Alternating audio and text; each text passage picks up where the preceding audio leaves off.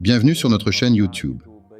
Aujourd'hui, Marco Oletta, chef de projet chez Technoware, va vous présenter l'onduleur EXA, plus de 1100 VA, également disponible en version 1100 VA et 1600 VA. Il s'agit d'un onduleur de type Line Interactive à ondes sinusoïdales pures, doté d'un logiciel de gestion via port USB et caractérisé par un emballage éco-responsable. Placez l'onduleur à l'endroit le plus pratique pour votre installation. L'appareil dispose de deux types de prises de sortie, les prises de couleur noire et les prises de couleur blanche. Les équipements à protéger doivent être connectés aux prises noires, tandis que les prises blanches sont destinées aux appareils non critiques. L'onduleur est équipé de prises de sortie IEC pour le raccordement des charges. L'alimentation de l'onduleur s'effectue également via un câble IEC à brancher dans la prise prévue à cet effet. Nous allons maintenant procéder au raccordement de l'onduleur. Connectez les deux prises de sortie IEC à l'arrière de l'appareil en veillant à utiliser les prises de couleur noire.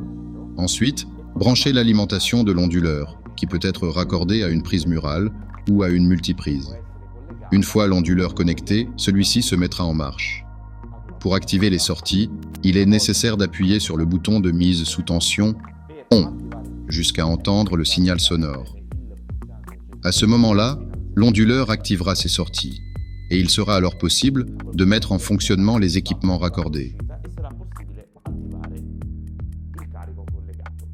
Grâce à sa forme d'onde sinusoïdale pure, ce type d'onduleur est particulièrement recommandé pour la protection des postes de travail équipés d'alimentation PFC ou certifiés 80+, ainsi que des systèmes intégrant des cartes graphiques professionnelles.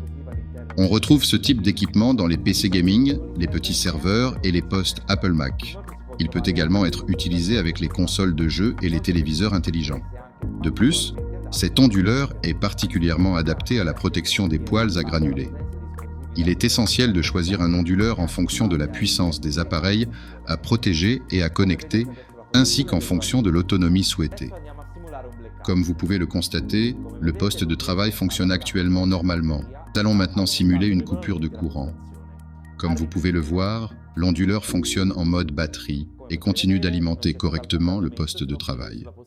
Lors du rétablissement de l'alimentation électrique, comme vous pouvez le constater, aucun changement n'est intervenu sur le poste de travail, qui est resté pleinement opérationnel. Je vous remercie de votre attention et vous invite à suivre notre chaîne YouTube afin de ne manquer aucune de nos prochaines vidéos et mises à jour.